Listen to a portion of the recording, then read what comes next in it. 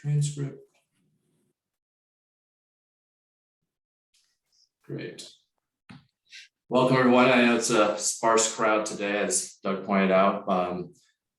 This will begin with introductions. Should go rather quickly. My name is Joshua Shakur, Research and Policy Analyst here at CLPHA.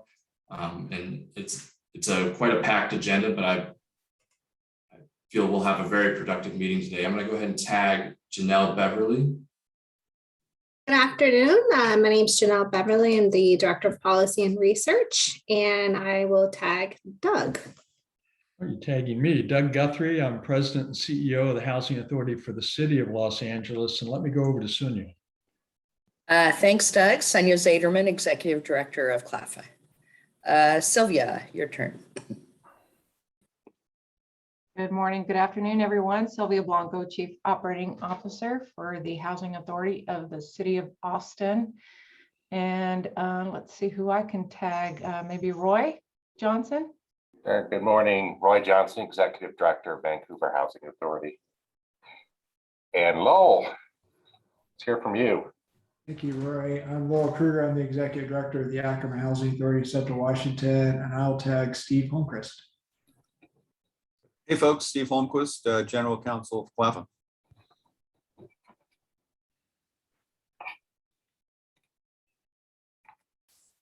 CLPHA. Anyone else? Hi, it's Lakeisha Miller. I'm Executive Vice President for NYCHA Section 8 program. I'll pass it over to Tracy Scott. Hi, this is Tracy Scott with CHA in Chicago.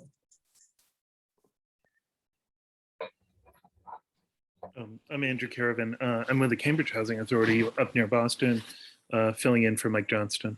So I'm the asset manager. Oh, also the guy looking to start an asset management thing.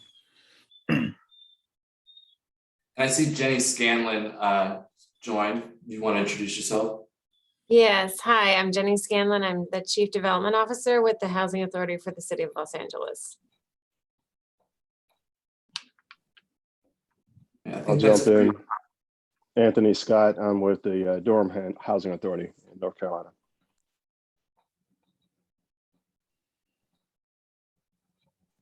And looks like Marissa Schaefer just joined as well. Marissa, we're doing introductions. Would you like to introduce yourself? Sure. Hi, everyone. Marissa Schaefer from NYCHA.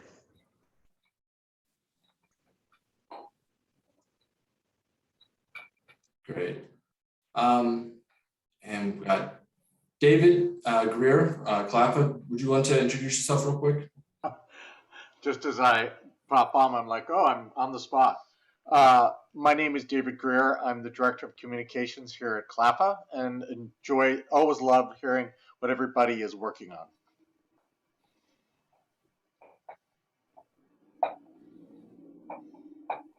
Great. I think that's everybody. I'm going to quickly move on to item number 2 on the agenda, which is meeting logistics, and this should be very brief. You should have all received, and my email ahead of this call, everyone should have received proposed dates for future committee meetings scheduled through July 2022. I will be following up with calendar invites for those dates shortly after this call. But if for any reason you're unable to join us or there's a scheduling conflict, all of our sessions will be recorded and uploaded to the Housing Is website, which brings us to the next item. We have officially transitioned to the Housing Is website from Dropbox, and everyone also should have received instructions on how to create a profile and join the place-based community there. We believe this will be a great place to share relevant information and access committee resources. Real quickly, if you don't mind, I'm going to provide a quick demonstration. Share my screen on how to sign up for the website and access the community. 1 second.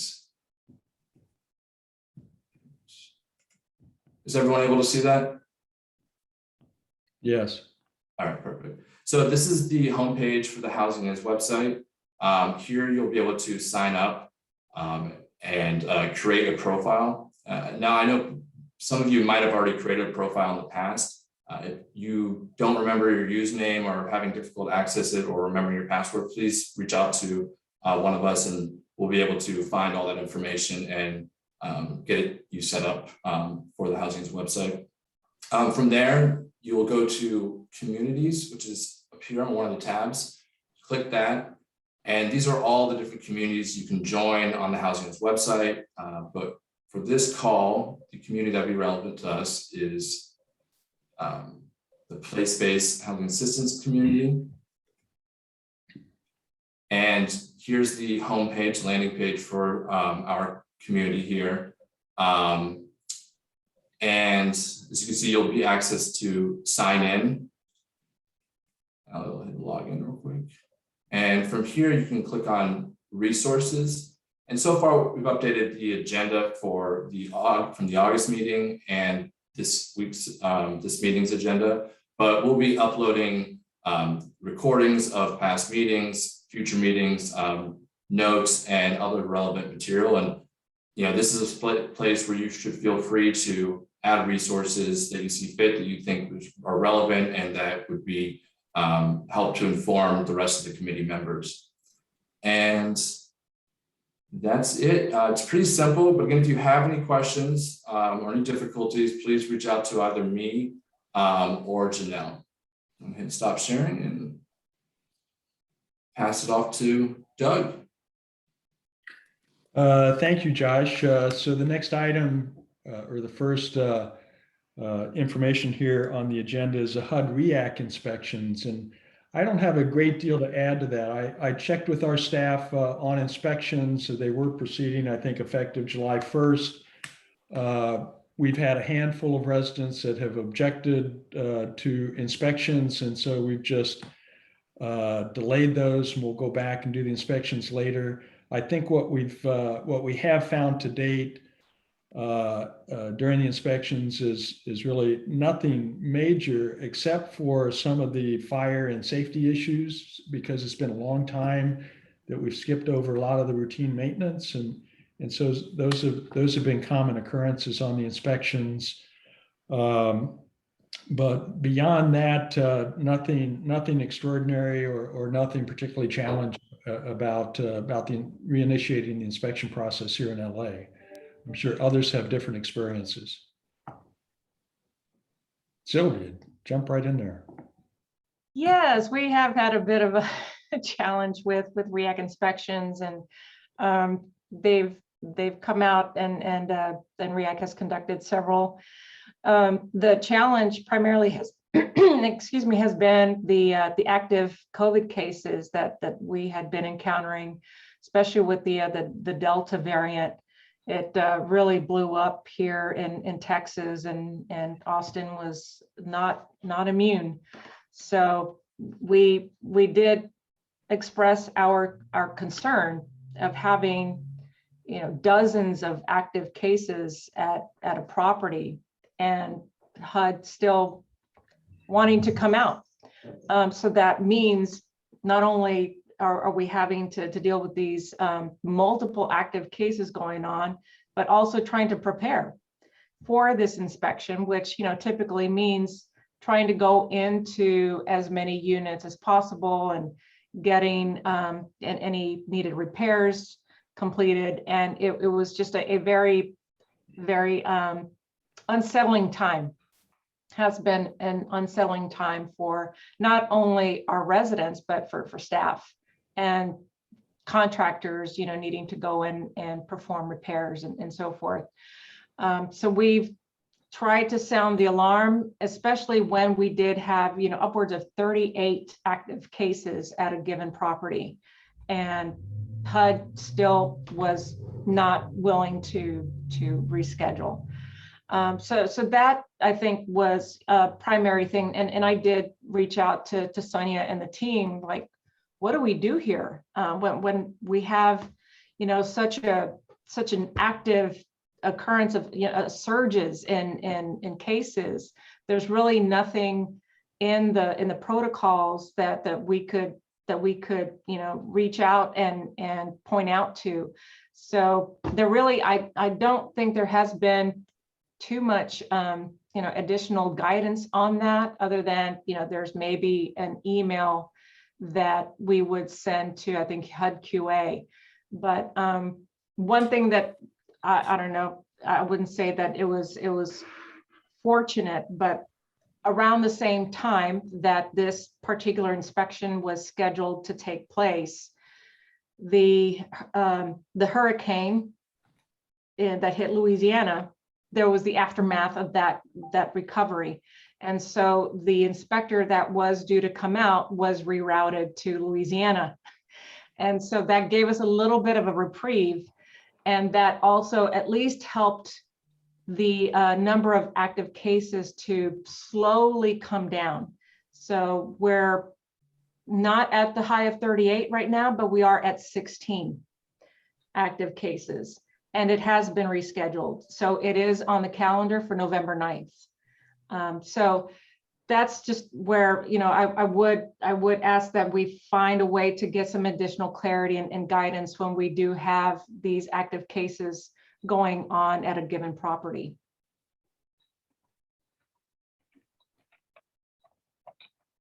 Points well taken. Are there others that have had similar experiences in or different experiences?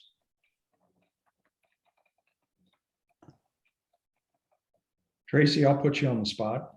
What's going on in Chicago on inspections? Nothing much? Well, this discussion has reminded me that we heard that we were going to have inspections and we haven't. So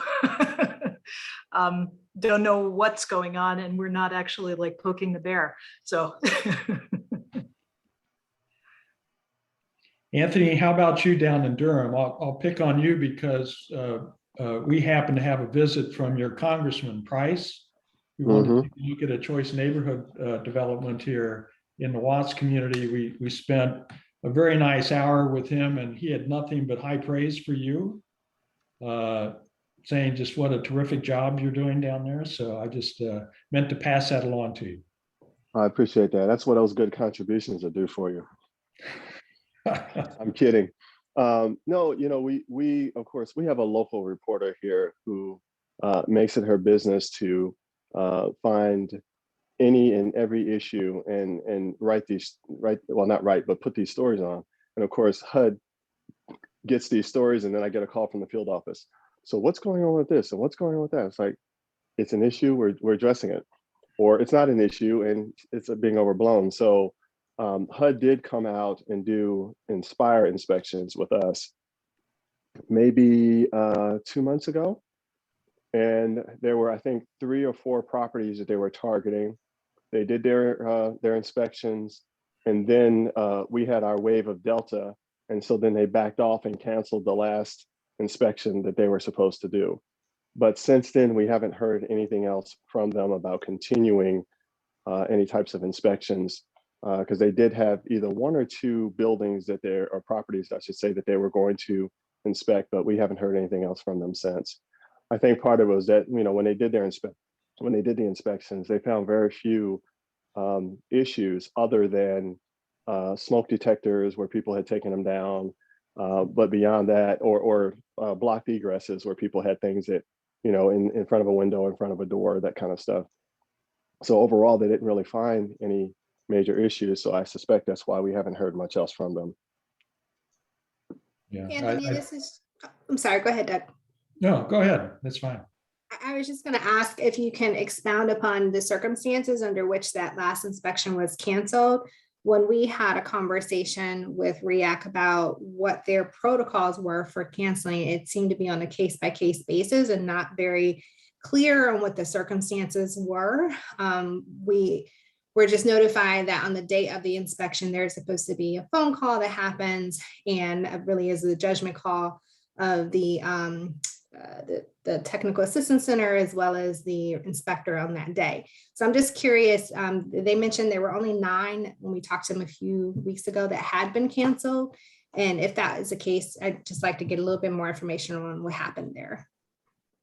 Well, it was not through any action on our part. They just said, we're going to cancel the last inspection because our Delta variant issues here were definitely hitting the local news, and we were riding pretty high in terms of what was happening here. So I guess they got a little wise and said, well, maybe we shouldn't continue with that last inspection. But it was their initiation of canceling it, not ours.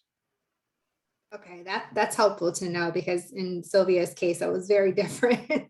So definitely want to continue pushing that message up so that we can find some form of consistency there. We're actually talking with HUD this afternoon, and we talk with them once a week, so we can continue to keep this on the agenda and try to get more clarity around it. Okay, and if I find out anything else, I'll let you know. Great, thanks, Anthony. Anyone else?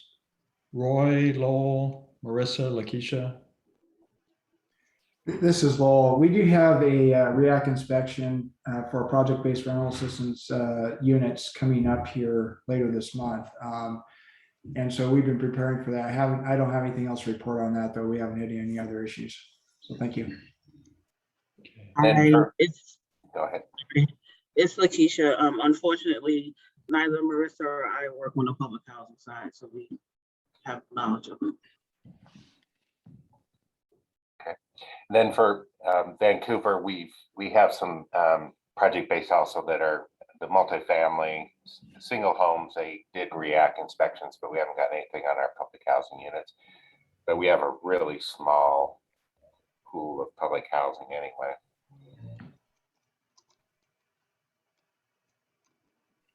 Okay. Well, if no further discussion around inspection issues, unless Sonia, Josh, anyone on the CLPHA staff have anything to add to this? I think our push here has been to have a transparent procedure to deal with cases of COVID or health issues. And it seems like there is pretty different ways of dealing with it based on a judgment call locally. And sounds like they made the right decision in Durham and then not the right decision in Austin. But I think that's our focus with HUD, is to try to have a clear procedure, but also the day of notification does not seem adequate or reasonable at all for them to make a determination whether they're coming out, given all the preparation that's needed, the notice to residents. So given this is very helpful, and our focus will be on getting a clear procedure before the day of. I thought that HUD was in the process of changing that to give something like a 14-day notice. Did I? So they do still 28.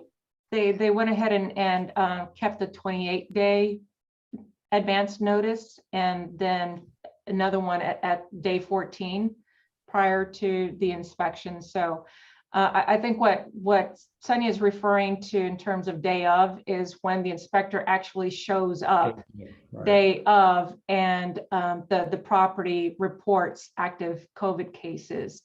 What should that protocol be more clear, and is there a way to not wait until day of to resolve those issues?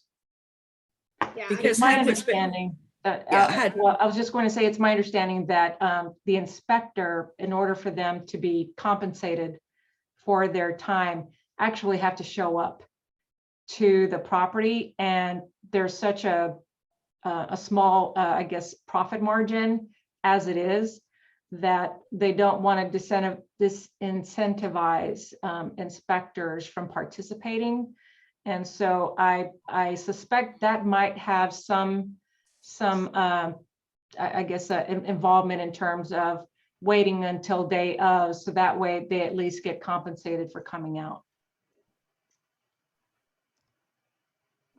Can I ask this question? How are we to know if there are COVID cases at our properties when we don't always get that? We certainly don't get that information formally. We might get it informally or in a larger area, but we generally, at least in our case, we are not getting that information directly. So how do you even know whether you have an outbreak of COVID cases? Well, and I can speak for what we do in Austin. We have been, actively encouraging residents to report to management that they have an active COVID case in their household, because we pair that up with, a care kit. So we send out, a thermometer, we send out, an oxygen monitor and other sort of care supplies. And we keep tabs with the household just to see how they're doing. But really, we're at sort of their mercy in terms of voluntarily providing that information. They're obviously not obligated to let us know. And so that's where, when we had the 38 active cases and now 16, most likely it's a higher number. That's just the number that's been reported to us in terms of residents reaching out.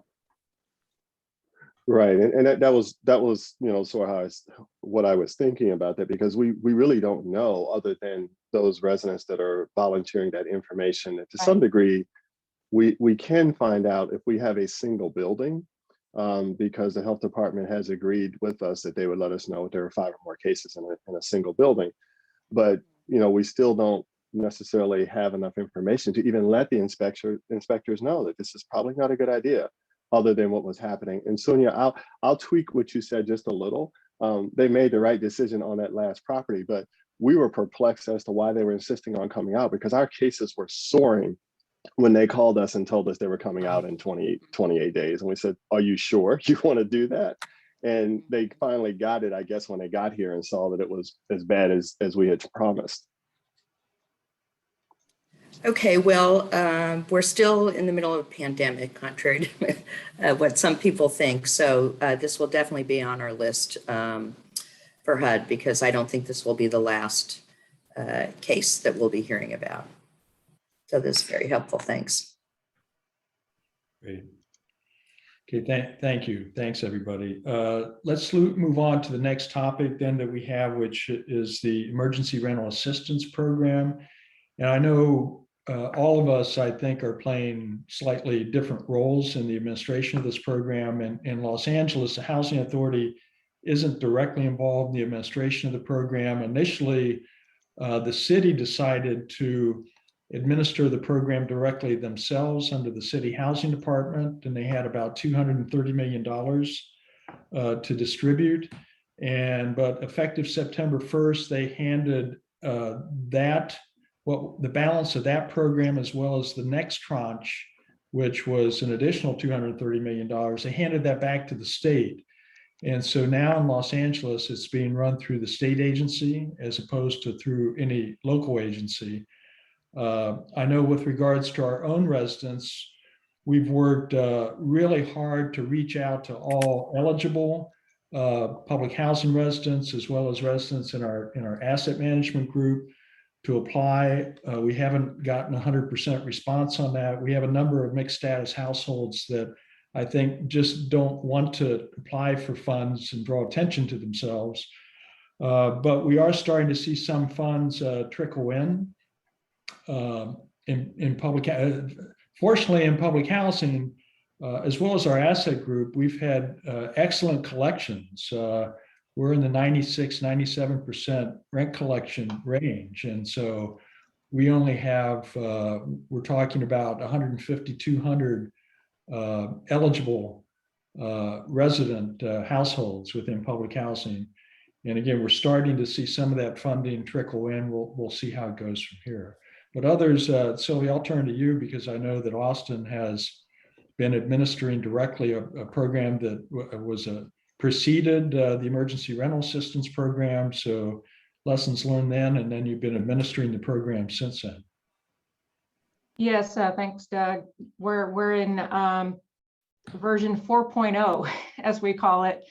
And we have been quite successful in moving the funding. We're about 85% at least expended on the funds. And so we're on track to finish expending the rest of the dollars way ahead of schedule, which is great. And we did make the conscious decision to partner with CVR and Associates, and that really made all the difference in the world, because we all have a day job, to do. And so we wanted to make sure it didn't impede our internal, capacity to continue to fill units and issue vouchers and so forth. So that partnership with CVR was definitely the best solution for that. And we did, in fact, just this morning, there was a press conference. The Austin City Council actually added more funds to the rental assistance coffers. And so I think it'll be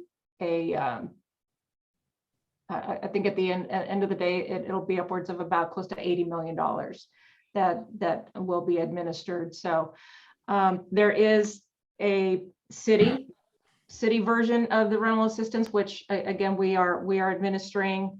And then there is, of course, the state, and then there's a county program.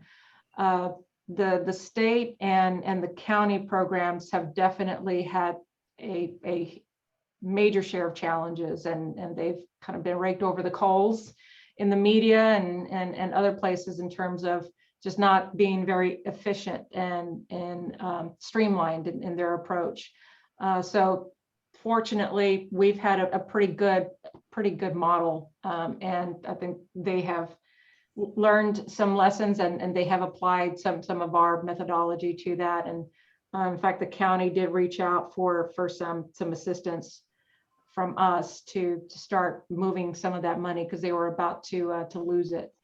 But yeah, it's been successful. Pilar Sanchez, who has been spearheading that operation, I know has shared some information and presentations through CLPHA and other means to just share some lessons learned, and hopefully have helped other communities in just making sure it's a streamlined operation.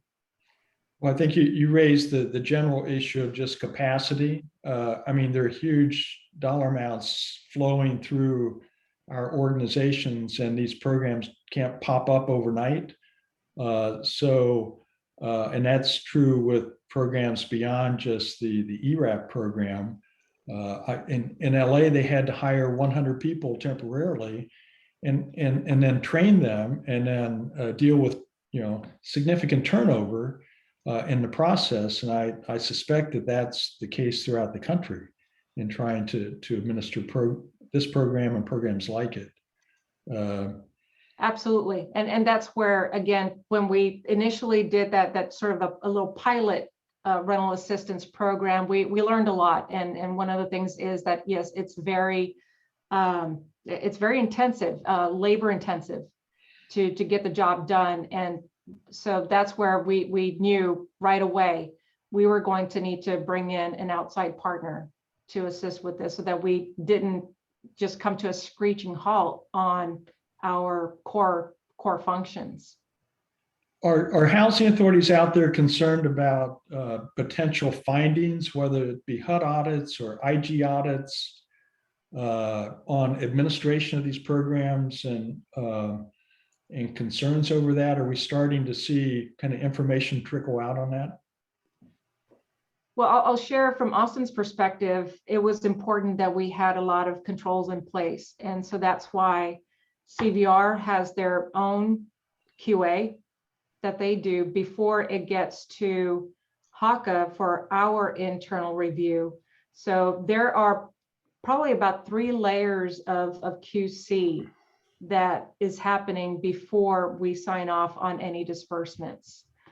For that reason, we wanted to make sure that we were remaining compliant, and this was going to not set us up for any potential violations down the road.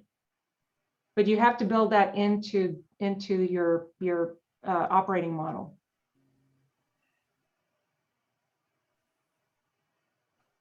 Others out there, again, with all the pressures on getting this money out the door and not losing it, I think there's just a general concern about loosening up on quality control. and record keeping on this. And so I think that there are some concerns about when people look back on this months from now or a year or so from now, be subject to a critique. Hopefully no more than that. Others care to comment? Hey, Doug, if I could, I'm going to have to drop off. I just wanted to let everybody know that we've been successful in working with the city who is administering the funds. We have both the city and the state, and we've been successful in negotiating an MOU with them so that we can bulk apply. And thank you, NYCHA, for your leadership on this. And we had some discussions there, but that's going to result in us getting in some tranches the money's back, and we tranched it by 30% and below, well, actually 15% below AMI, and sort of went up from there, basically saying that the neediest folks got the money first. And then we'll go back and get the all of the paperwork sort of signed off electronically from all of our residents. So we're working with the city quite closely on that. And I think that ultimately, Sonia and the rest of the CLPHA folks, if you're talking with HUD, I mean, I think that consideration for the housing authority's role in the future, that as often the largest landlord in the city, that we work on, this kind of bulk approach for these things, especially if HUD's not going to allow us to forgive the rent anyway. So. Absolutely. And I think this has been a great case. I know NYCHA is not out of the woods yet. I understand that even though the applications are being submitted, they're now run out of funds, and also that assisted households are at the bottom of the queue in terms of the distribution of money. So that's very concerning, but a lot of lessons learned here about using the housing authorities. And I think in some ways HUD was very helpful. Peggy Bailey and other folks are pushing back on Treasury because it's not their normal way. So we've learned a lot. I also just wanted to raise a quick question about access to seniors in terms of in need of ERAP.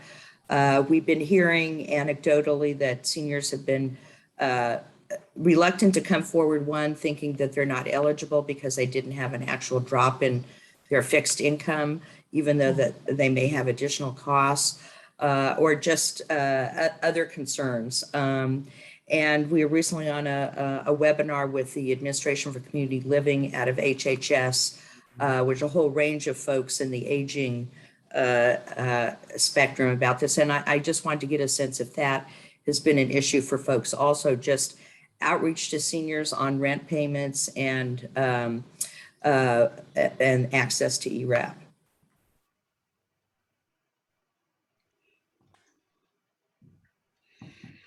It hasn't come up as an issue with us. Thanks, Tracy. Good to see you. Hasn't come up with an issue as an issue with us, but one of the things, because it's one thing for us to track public housing residents and residents, in buildings that we own and we control, and work assertively to take advantage of this program. But there's a very large Section 8 population out there with private landlords that we're not quite sure what's going on with them. And I don't know how that's being tracked or traced, or impacts or non-impacts, or if people are really looking at that. I think HUD is also mystified that they really don't have data that would show the impact there. So we really have not been able to get a good read directly, and just based on what housing authorities are seeing. Talked about this in our last tenant-based call, and same situation. We didn't get much feedback from housing authorities being able to track this because of the private landlord interaction.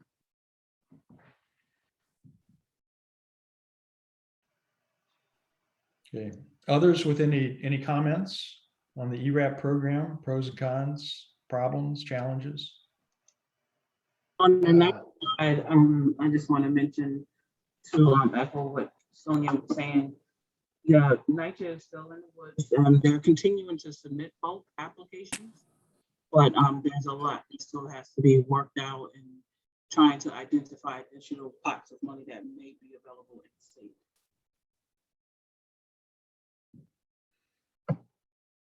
I could say a little bit about Durham.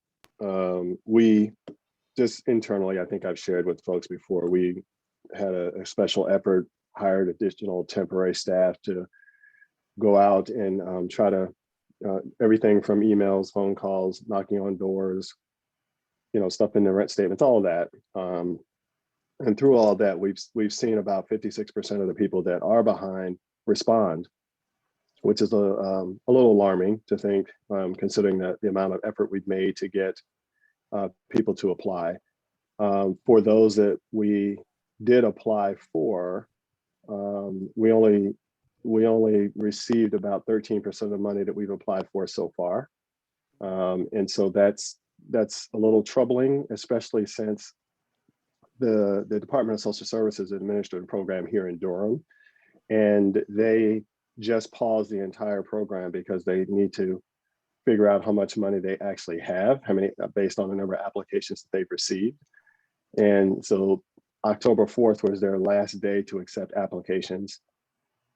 And they've also said, this is similar to, I think it was Sylvia who was talking earlier, they've also said they're not going to administer ERAP 2. So they're now passed it back to the city of Durham. And now the city of Durham is trying to figure out how are they going to administer this program when they don't have the ability to do so. So they're scrambling to pull that off. So we're a little concerned because what we've heard from the social service department is that they're prioritizing who they're going to give funding to based on whether or not they are in danger of being evicted. So as a housing authority, it's not clear what that means because we haven't filed for eviction on these folks. But yet we know we have the same issue that any other landlord has with respect to having to collect those funds. So there is a bit of a push from the community side to say, don't make the housing authority residents, don't put them at the bottom of the totem pole here in terms of prioritization, just because they're public housing units. We still have to collect our funds, et cetera, et cetera. So that's been interesting in terms of that prioritization.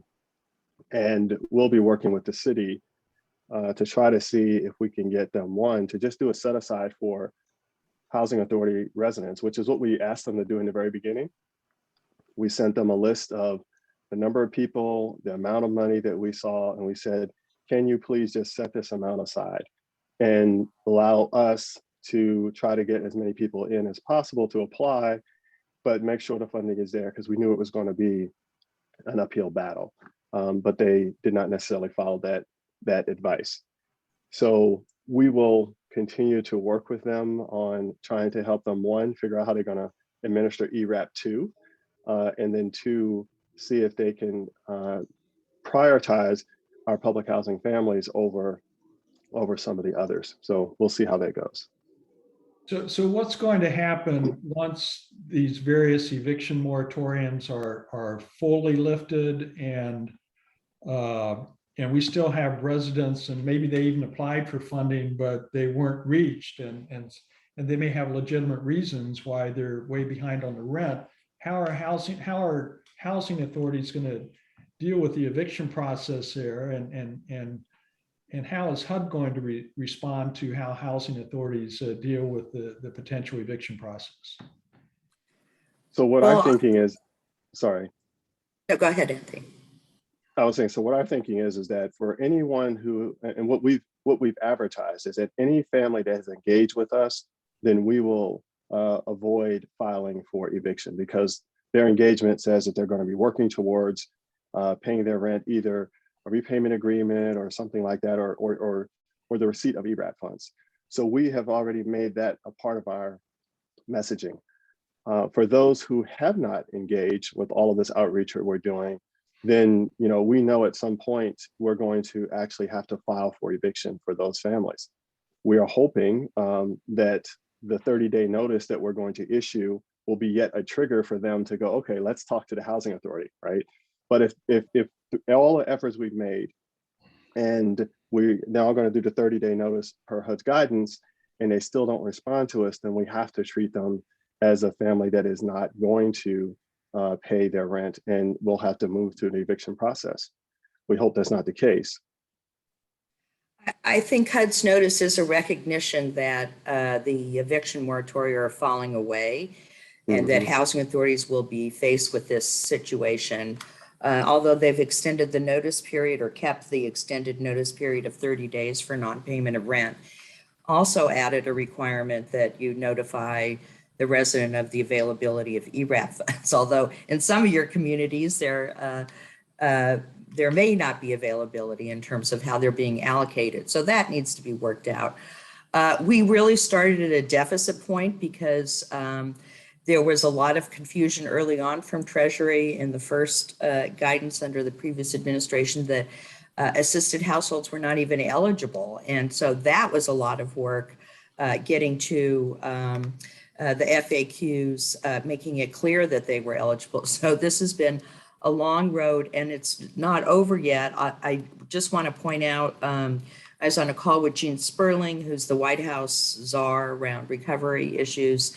And they're really seeing this as a long-term, building the infrastructure for long-term emergency rental assistance pipelines, and pointing out that the ERAP 2, I guess, is can be spent through 2025. So that it's really trying to build a system to catch people before they get into an eviction mode. And they're very focused on also having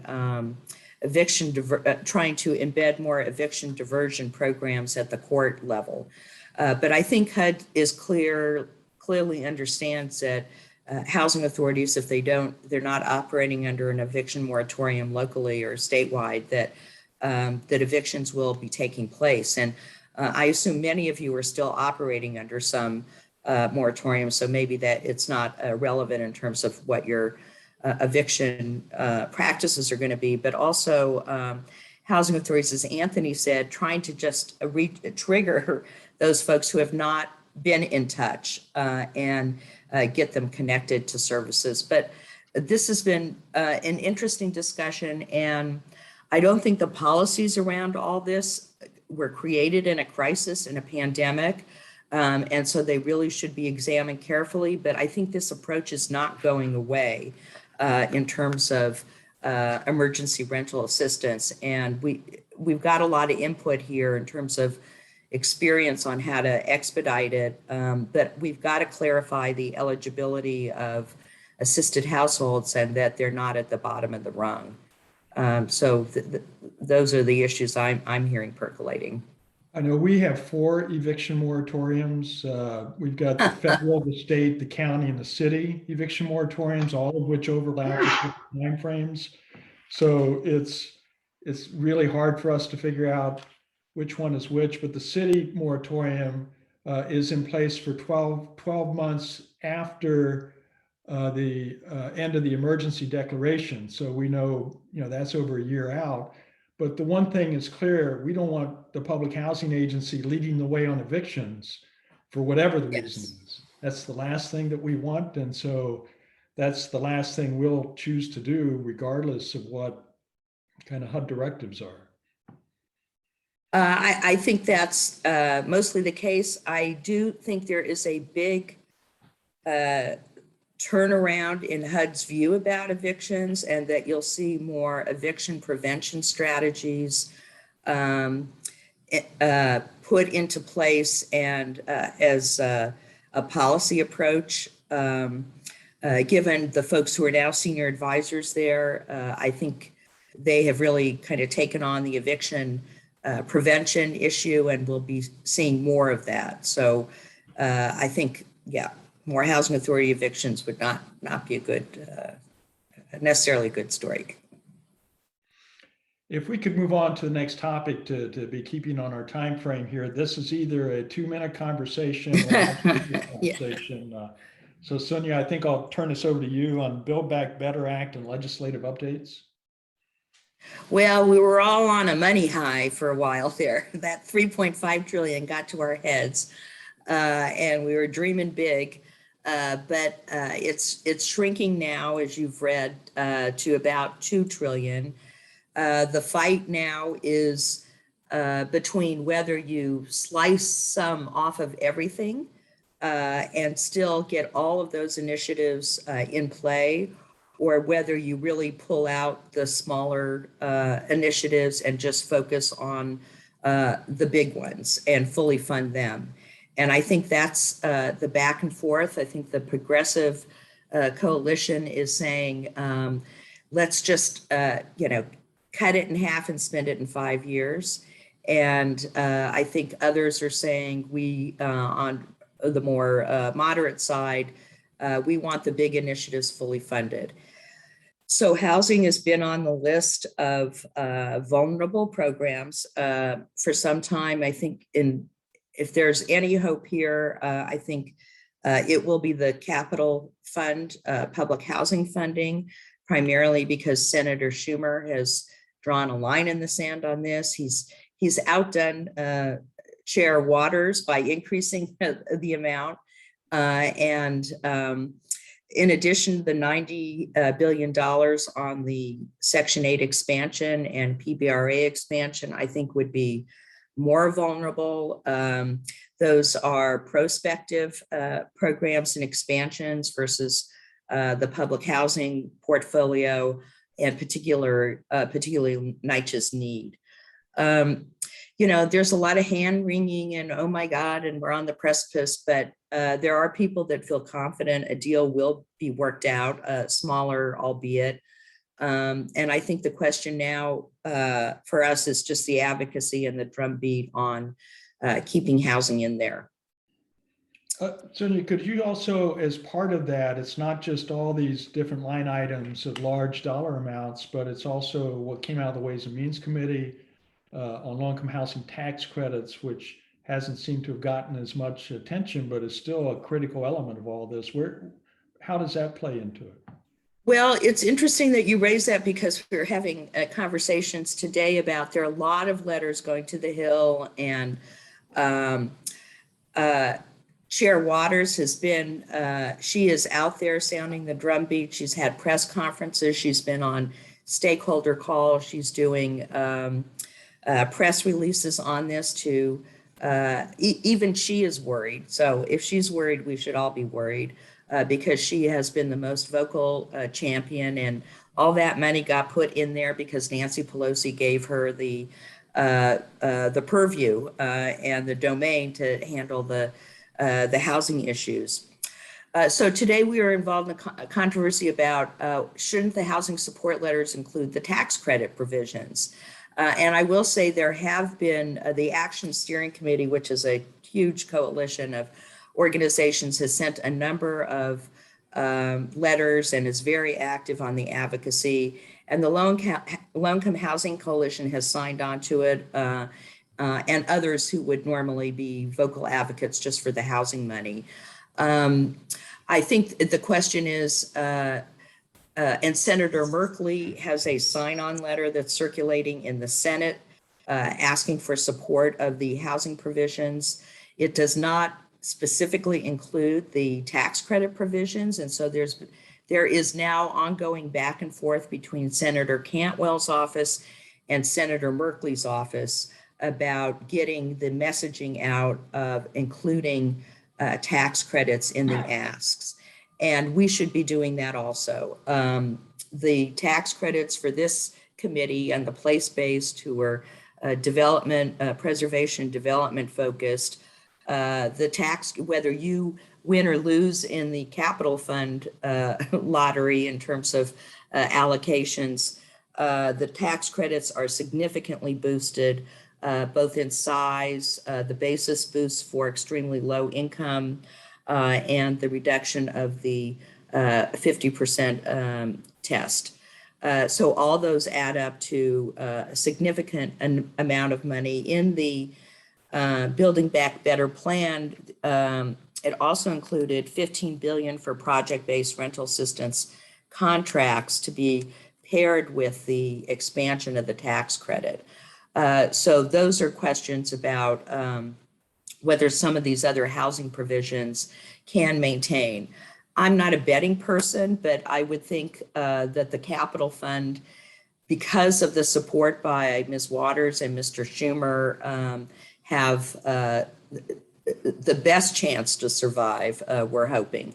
But all this is a toss-up, and I think the fact that housing was not included in the BIF, as they say, the bipartisan infrastructure bill, says we have a long way to go to convince people this is infrastructure. So I think that fight continues. We were deeply engaged in discussing, well, what do you do with that $80 billion and, all that money flowing around? And obviously HUD had a view of how to spend it. I think it's highly likely it's going to be much less than that if it remains, but even more than what we have is going to be better than what we currently have. But it will raise questions about how it gets allocated as the number gets smaller. The notion was that about 10 billion of that would go out in formula, and about over 66 billion would go out in what HUD's called targeted non-competitive grants to the highest need developments. We weren't wild about that because it doesn't seem very transparent, and we're not sure we want it all to come out of HUD's black box. We're also concerned about RAD portfolio conversions and how they're treated in terms of capital fund upgrades. There are a number of provisions in other pieces of the bill on energy efficiency and upgrades. There's also money there for underserved neighborhoods for community redevelopment strategies, other funds removing highway construction from neighborhoods. So there are diverse pockets there. Our eye is on the housing money and the tax credit money. And if you haven't already contacted your congressional delegation on the Build Back Better money, including the tax credit money, it's really critical to do so. Well, as a consolation prize, there's always the FY22 appropriations, right? And is that, because that's not being discussed very much in lieu of all this other discussion, but the House bill and the proposed, or what we think is in the Senate bill, both would be very healthy increases in the overall HUD budget. Well, we learned this week that the Senate will be revealing their FY22 bill this week, we're hoping, or early next week. So we will see some of those numbers. We have been told that some of the numbers are higher than the House levels. The House included 125,000 incremental vouchers, and I think about I want to say a 14% increase to the capital fund and substantial increases to other line items. So I don't know that we'll see all those numbers, but I think we will see a very robust FY22 bill. We're now concerned about, I know that's not on the agenda, but the ability to extend the CARES Act waivers and other waivers is now would make FY22 kind of a target for us because at this point HUD has said that the Secretary does not have the authority to extend the CARES Act waivers and that it's tied to the expenditure of those CARES Act funds.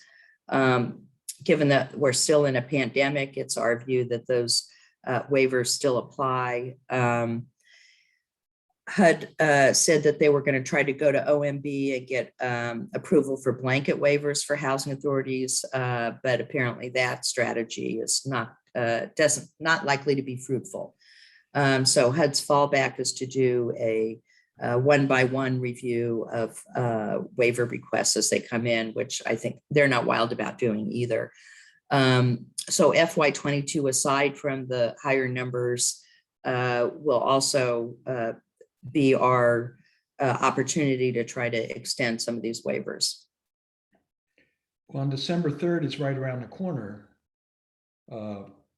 When the world ends, December 3rd, but they need to get some sort of, is there a budget process through appropriate, are they trying to push a budget through at this point? Yes, what will happen, I mean, I don't know where they are on the other appropriations bills, but as I said, the Senate bill will be going to the Senate, they'll vote on it, and then it'll be ready for conference, and presuming that all these other appropriations bills are being lined up. So I don't think it's a failure of having the regular appropriations bills ready. It's a failure of the political process to proceed smoothly with FY22 rather than using it as a political football. But we're going to come into another hysterical period, I think, of news coverage about the combination of the debt ceiling, which is in the kick the can mode down the road, and the CR. It's just, for whatever this is worth, and $5 will buy you a latte, but it's hard to see the allowing of the crashing of the US economy on the debt ceiling issue. I think there will be a lot of log rolling and negotiation, but I think this will get done, but not after we're put through a lot of crisis and nail biting and worry. Okay, any other comments on this from anyone? Doug, if you'll permit me, I just want to raise another point. We had the CLPHA board met with Secretary Fudge the other day, and we had a good 30 minutes of her undivided attention. And one thing she noted, I think that is worth noting more generally, when we talked about the reconciliation funding, is basically she said, you better be ready. It's going to be a lot of money, whatever degree, and you need to figure out what kind of timeline you need to do it, and to shape what HUD is doing around this, to be able to ask what you need up front and shape what we're doing. And I think she's right in that respect, that HUD will be overwhelmed, even if it's a much smaller fraction of the money that we're talking about, and how you might deploy that locally, I think is really going to be important to think through, and to try to set the course rather than HUD. So I thought that was good advice from the Secretary. I think it gets back to the capacity issue. I know here in Los Angeles, we're going through our budget process with everyone, and we're trying to approach this assertively. We're used to skinny budgets in years gone by, so this is a little bit different, but I've said prepare to staff up moving forward, if it's just through appropriations or it's through some programs through reconciliation. Capacity right now is very challenging to start with, but be prepared to address this as aggressively as we can. Well, Doug, on that point, I also want to raise a project-based voucher issue. I know we had,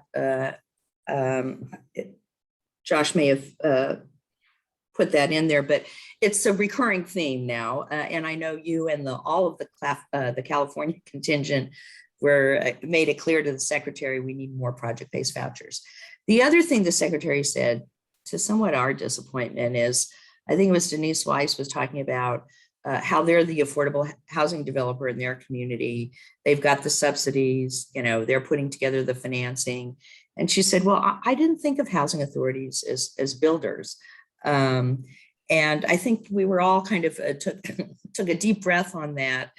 And she may not be the only one that thinks that. I think, so we want to, I set that as sort of a more general issue, but the role of project-based vouchers in development, given that we don't have a development program or an acquisition program, is increasingly more important. We've raised the caps. Steve Holmquist is looking at the cap language. to see where there's some give there and we can broaden that. But increasingly, permanent supportive housing and other forms of housing are only primarily being developed with project-based vouchers. So Doug, I know this is an important topic to you. We wanted to get a sense of more broadly how widely people are using it. And we'd like to do some briefs and papers on the importance of the project-based voucher as a tool. And I think it was important that Dominique Blum, spoke up and said, well, we've looked at your authority on project-based vouchers. You're nowhere near your cap. But that's after the information reaches HUD, which is 2 or 3 or 4 years after we've started making commitments or are preparing to deal with projects in the pipeline that need project-based vouchers. I mean, we've got thousands of more units in the process that HUD won't see for another couple of years. So I think HUD doesn't understand how the process works either. We don't have a way of capturing prospectively what the pipeline is. And that is making HUD not well informed, okay, about the demand for project-based vouchers. So that's one thing we're looking at internally about surveying members, how to capture what your demand is and what your, what you're estimating your use is over the next few years or your need for that. And I also raise this because I do expect a significant number of incremental vouchers coming down the road through the FY22 appropriations, which will hopefully increase your cap numbers as well. But I think capturing that information is going to be important. I would like just to add from Vancouver perspective, if without the project-based vouchers, we would not be housing supportive service housing. It's a lot of populations that we can't put help them with housing otherwise. So we are very dependent on it, and we're limited by what we can do without having sufficient voucher access to project base. And Roy, about what percentage of your portfolio is project based? I know you're an MTW, so you don't have a cap issue. We, I don't have the exact number because I'm always changing it, but it's over that threshold. We've moved into using the move to work authority. Part of it also was because even with any household, since we were working with homeless families, they couldn't pass the criteria screening at a lot of places just because with Washington, with the requirement not to discriminate against Section 8. So they just, increased how much you had to be earning and how much of a deposit. So it closed out anybody that we were trying to serve. So we had a project base. And where are your service dollars coming from? Fortunately, well, we do a little bit with our move to work funds, but the state of Washington through the Department of Commerce, if it was a supportive service project and that they've assisted with, we're able to get an allocation. They've started that a couple of years ago. And that's made of course, it's made a big difference to be able to have that supportive service, but also with the project base, you can go with the higher rents than with a tax credit. And so then you can divert a little bit of that too. If you, have no debt, of course, 9%.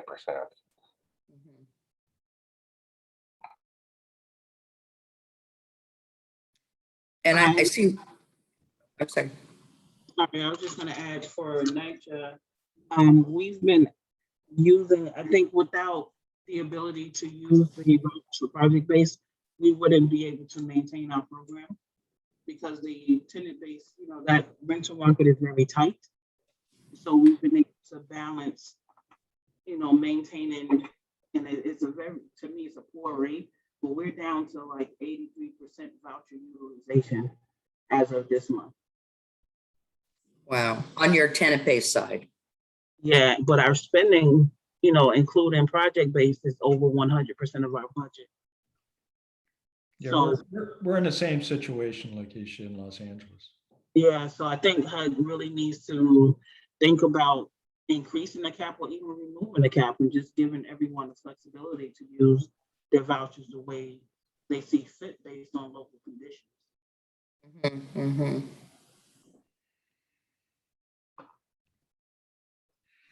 And Lowell, you noted in the chat that you're also close to Yeah. bumping up.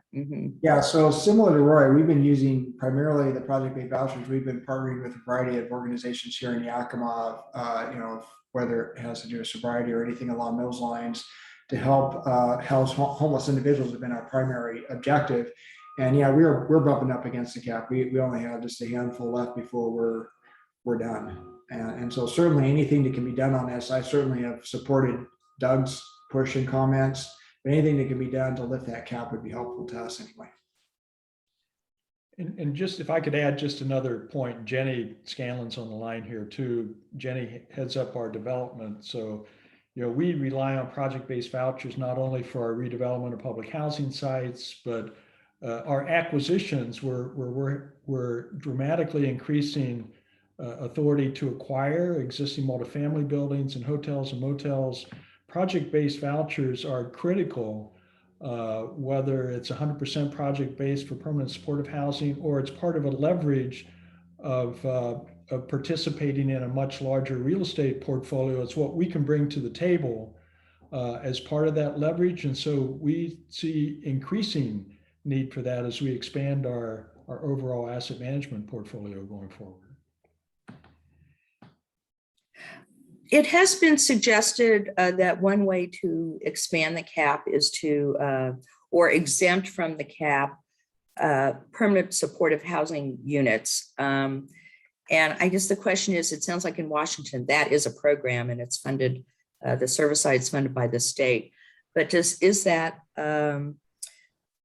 something that would be applicable or too narrow in your community in terms of an exemption from the cap? For Los Angeles? Well, since we're in pretty deep into developing new permanent supportive housing units, we just committed 7,500 project-based vouchers, and we're saying we can't do more, even though the city wants to continue to establish a significant pipeline. We said we can't contribute any more project-based vouchers. So to the extent that there was a waiver of that, we would be flooded with requests to project-base more of our tenant-based vouchers for those purposes. And so I also have some concerns about the balance of taking away from the Housing Choice Voucher Program and start to project-base everything, particularly for permanent supportive housing, even though the needs are tremendous. So double-edged sword there. It is, I think. I would really suggest that not be limited if possible, mainly because it's also a tool that we use with other developers that are not necessarily doing supportive housing. The whole intent of get affordable housing. It doesn't matter who's doing it. If we can support it, we would. But being able to lift the cap, of course, is not an issue for us. It's more that we don't have vouchers, just especially as we're seeing 16% rent increases. We'll be deficit. We're deficit. And we have had some jurisdictions where their FMRs have actually gone down. Hard to believe. In some communities who are protesting that or appealing that. Okay, well, it sounds like project-based vouchers are really important. We want to examine the language around the cap in terms of one, making sure people understand that any replacement units under RAD or preservation units don't count against the cap. And I'm not sure, and we want to get with HUD to see if they really have a sense, and maybe there's a way of estimating your pipeline on PVVs so we have a better sense of what the demand's going to be. I think this is going to be an issue also with the new vouchers coming down and the push for serving the highest needs populations. And we're seeing this pressure on EHV also in terms of the households being served there.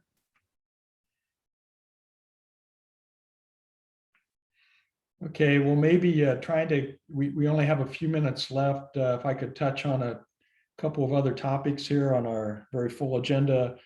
The next topic is public housing green energy recommendations, and maybe Sonia, you could kind of kick off a discussion here. We know there's a lot of discussion around this, a lot of resources coming in from different directions on this.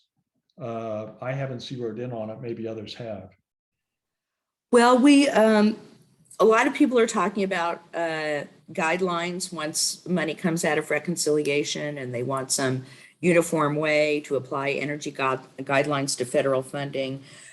We were approached by Amoresco, large ESCO firm, who's done a lot of work with housing authorities across the years. And they had some ideas they thought would be helpful. And we just wanted a quick reaction, whether any of these touch you or make a difference, or things that we should be looking deeper in and advocating for.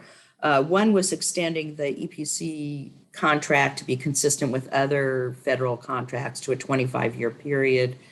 That didn't seem to be a huge policy debate issue. We just wanted to get a sense from you around that. Amoresco is proposing to do a solar standalone program. And a true confession here, this is not, I have no depth in this whatsoever, but I understand from Doug and others, there are real obstacles in expanding solar use in public housing, and whether it would make sense to do that, and what your use of solar is. And those were sort of general questions we wanted to get a sense from, if anybody had thoughts on those.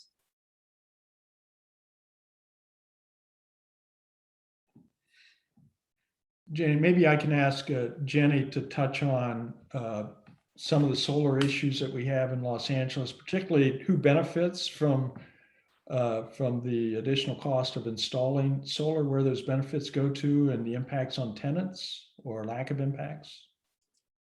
Yeah, we may have a very unique situation in our city. We have a municipally owned utility, LADWP, and in their constitution, they don't allow for anyone else to basically, sub meter or act as a sub utility, and they see that solar on multifamily buildings as that. So they have not been able to develop a program that allows us to install solar on our properties that impacts anything but our common areas. So we can use it as to subsidize against common areas, but we cannot actually provide the benefit to the individual households. And so they have basically a feed-in tariff program where they come up with a price and they pay us, something for the solar, and then they say we could then cut individual checks to all our households based on, whatever we would obtain from that solar benefit. But we find that to be an extremely complicated approach. So it's been, as much as I think we are focused on sustainability and focused on trying to use solar and alternative energies in our developments, we have been very slow going in doing that, because again, without the benefit to tenants, it doesn't seem worth our while. So we have to work out that local issue first, and we've been spending probably the past 5 to 10 years on it. So until that gets resolved, we're, the putting solar on our buildings would be hopefully just an investment in the future, in the hope that that does end up resolving itself and we could then see real benefit.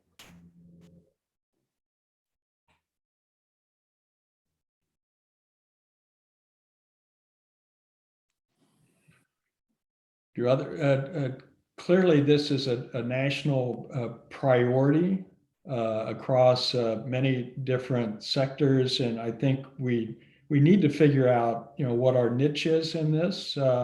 It's something we would really desire to do and could be creative in doing. I think we're all in slightly different situations, but we need to figure out what the role can be for agencies like ourselves, because it's coming and it should be coming. Well, this is complicated, as most of these things are, in terms of, so you have local utility issues, utility regulations, you have building type. I guess we're protecting the tree canopy in Cambridge, so we don't want to put anything on the roof. So we've got whether the building type, whether there's a payoff, I guess, for, is there a resident benefit? And what is the cost of putting solar on without doing other retrofits, presumably? Is that something that has to be part of a package? So I'm just curious if, just a show of hands, or just who else is looking at solar or incorporating solar? Sylvia? Yeah, we have committed on any redevelopments that solar will be a component of the rebuild.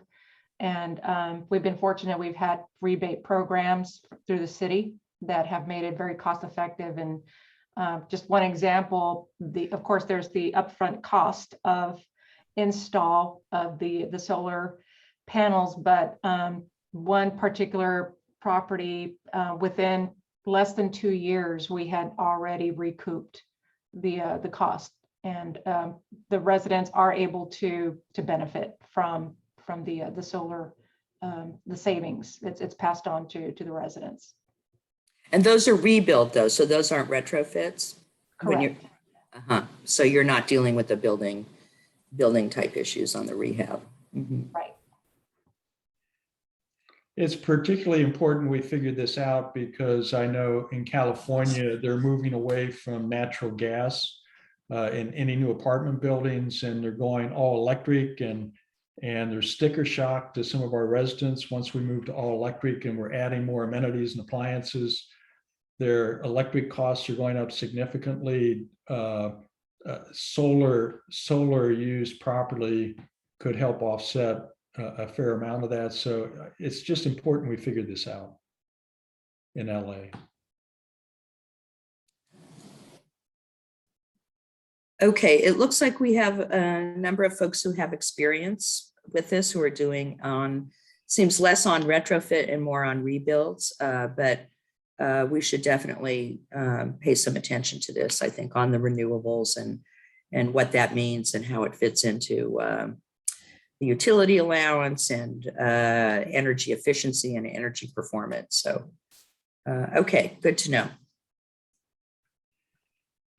If no further comments, we've got a little less than 10 minutes left, and I see we've got a general line item, what's happening in your community relevant to this place-based committee. And I'll just kick it off in LA and ask Jenny to spend just a couple minutes on our focus on acquisition and expanded partnerships on acquisitions, and what some of our high-level goals are, including our Project Home Key we've talked about for supportive housing, but we're looking to move far beyond that, which is all increasing our asset base. So Jenny, if you could touch on that, please. Yeah, we have a few things going on. So in the state of California in particular, and I know we have a couple other California folks on, we have been using the Home Key program and are currently prepping for Home Key, what we call Home Key 2.0, which is basically a state-funded subsidy program looking to generate units quickly, particularly for a focus on those who are homeless, chronically homeless, or at risk of homelessness. We've successfully used the program last year to acquire 20 buildings. Most of them were hotel motels, which we used as interim housing, and a few which we are working on conversions to permanent housing. It's been, I think, a unique jump starter for our community and has helped us produce units quickly to address our housing and homelessness crisis. So we're hoping to kind of build off of that with HECLA's own acquisition program. We just got a authorization for a $100 million line of credit that we're going to be using to help us do our own acquisitions. And then we're issuing bonds to take out those lines of credit after we acquire properties. We're mostly with that program looking at, again, this is the idea that we live in an urban environment. There's a lot of housing that we can purchase now that's either being built or has been built. And then we can use it basically to create a naturally occurring affordable housing program. So really on turnover of units, either applying PBVs or really doing an active job of soliciting our Section 8 households who are holding tenant-based vouchers and desperately looking for housing to be our new tenants. So we're underwriting our purchases to basically voucher payment standard rents. So it, kind of narrows the field of properties that we can acquire, but I think it's been, there's enough of them out there that I think we could be successful with this model. And then we just issued kind of an open partnership solicitation.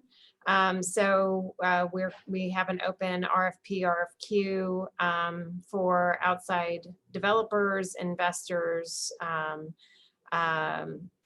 or those who are seeking to do acquisitions with us to basically come to us with proposals for a JV or joint development. So we've just received our first response and expect there to be more. They will provide us with a lot of unique opportunities to basically make our funds and our authorities go further by partnering them with the private market. So kind of more on that as we see the responses that we get and the types of deals that we can do with that solicitation. So just a few things going on in our community right now. Great.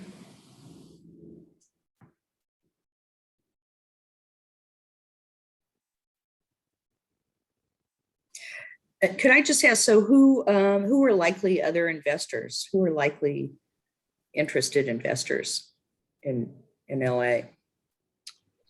So, I think that there are a number of private developers that are looking to benefit from welfare exemptions and still see, enough of a, leveled return on investment to partner with us on acquisitions, particularly around this concept of naturally occurring affordable housing.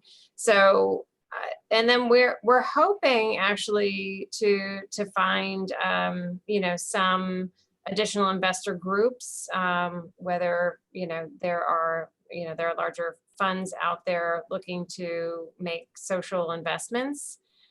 So I think we're hoping to solicit some of those kind of special investment types to then partner with us. And again, it all just depends on what return requirements are. But at reasonable return requirements, we think we can produce good results. So we'll see.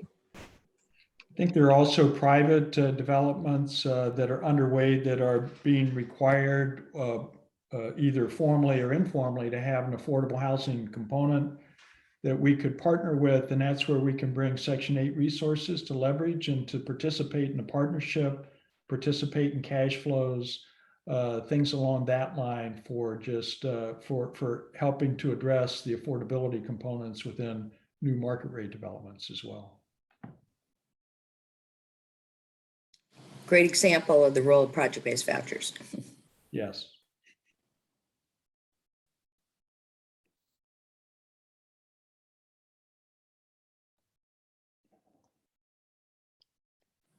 So any further comments? I mean, if not, our time's about up. Are there any kind of closing comments, Sunya, you or others would like to make here?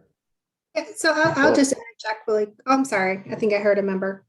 No, go ahead, Janelle. No, yours I'm sure is more important. Go ahead. Well, I just want to say I'm very interested in that. This is a concept that I've been kicking around from time to time. And in fact, just had a conversation this week about it. So I'll be very interested in learning more, Jenny, about what you're doing and how it's going. Absolutely. And we are happy to share our materials as well. We just took a package to our board. So if that gives anyone a good baseline to work from, happy to send it over. Yeah, That would be great. if you don't mind sharing that with Josh, and he can get that up on the Housing Is site and also share with the rest of the community. So I just wanted to take a couple of seconds.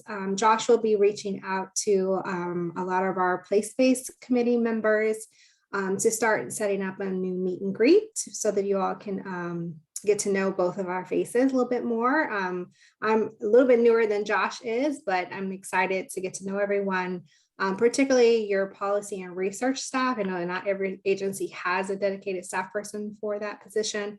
But we want to make sure that we have those connections clear so that when there are certain policy questions or research questions, we know who to call on. And that's a two-way street. And when you have questions as well, to reach out to us. So just letting you all know that we will be in touch. We're probably going to be starting after the conference, doing those scheduling sessions. So those coming down the pike. That's all I had to say, other than thank you all for this very great content. Took some great notes today, and we look forward to our next meeting. I just want to thank Janelle and Josh and Doug for running a tight ship on the agenda.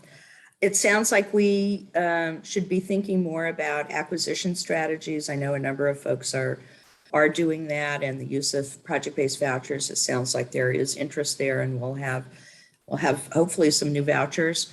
Also on the solar, I think we need to go back around that and see how housing authorities are using it and what makes sense around that. And then just stay tuned for Build Back Better. Hopefully we'll be seeing something coming out of that. Very much appreciate your time today. It's very helpful. Thanks, everyone. Thank you. Thank you. Everybody. Take care. Thank you.